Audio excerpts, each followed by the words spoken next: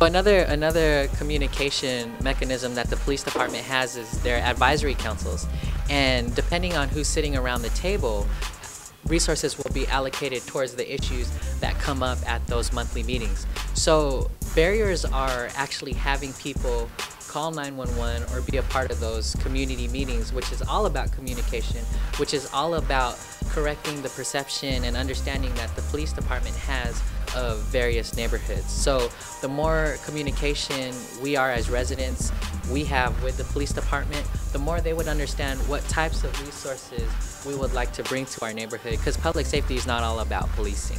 Community policing is where we actually work with the community. Myself working here at the school with the students and their parents and the teachers. We have officers who actually work in White Center. They're storefront officers. The police officers who patrol the districts, that, you know, they're the ones that get out of their cars and get to know the store owners and get to know the people who live on their streets and districts. It's working together with the community. This is, you know, as a team effort. I think 5 years ago people were more afraid because of like kind of the open air drug dealing that was going on in the downtown business district, like Karen talked about. But I think people have shown an intolerance for that and said we want our kids to be safe standing at the bus stop and not feel like they can't walk down the street and they can't play in their front yard. And people got more involved, and they got active, they got to know their neighbors, they let people know that that isn't the norm for their neighborhood, that they don't want drug dealing to be White Center. And I think the current work that we're doing with youth is a success in itself, because we wouldn't be here being interviewed if it weren't for the Boom Summit and through the other connections that we've had with youth and through Youth Media Institute. So that in itself is a success. And we also help to bring resources to the neighborhood. So in the development projects that I'm talking about, it'll probably bring about $8 million to the neighborhood in development. We help with various initiatives. So we're now the local management entity for the Making Connections initiative, which is a multi-year, multi-million-dollar strategy as well.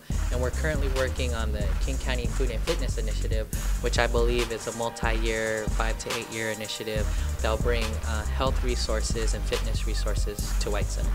There was one success story that I did have with one of my students. He came from the Tacoma area, and he moved over here to Seattle with some of his other family members. And his story kind of went a little something. He was involved in gang activity. It involved criminal activity. He was put in a position where he felt he had to protect his family, and he actually shot back at his enemies. He ended up spending time for what he did, but because he was acting in self-defense, they didn't give him as much time as the other guys did. He moved out here to Seattle, and we were able to get him into high school. We were able to get him involved in some college programs, the college prep programs over there at the University of Washington. And that in itself is pretty much a success story. What I love about White Center is the diversity and just the sense of like community and family that we have. I love it. I feel right at home wherever I go. And we all have something to offer, and that's what helped me become the person that I am today. Learning from other people's experiences gives me a better understanding of where they're coming from. So yeah, that's what I love about my hood. There's a real variety of people, and it's not just cultural, religious, or anything like that, just a variety of lifestyle. People come from totally different backgrounds, you know, and the way that they collide, and not only that, but the way that they end up meshing is one of my favorite things about White Center. Everyone knows everyone.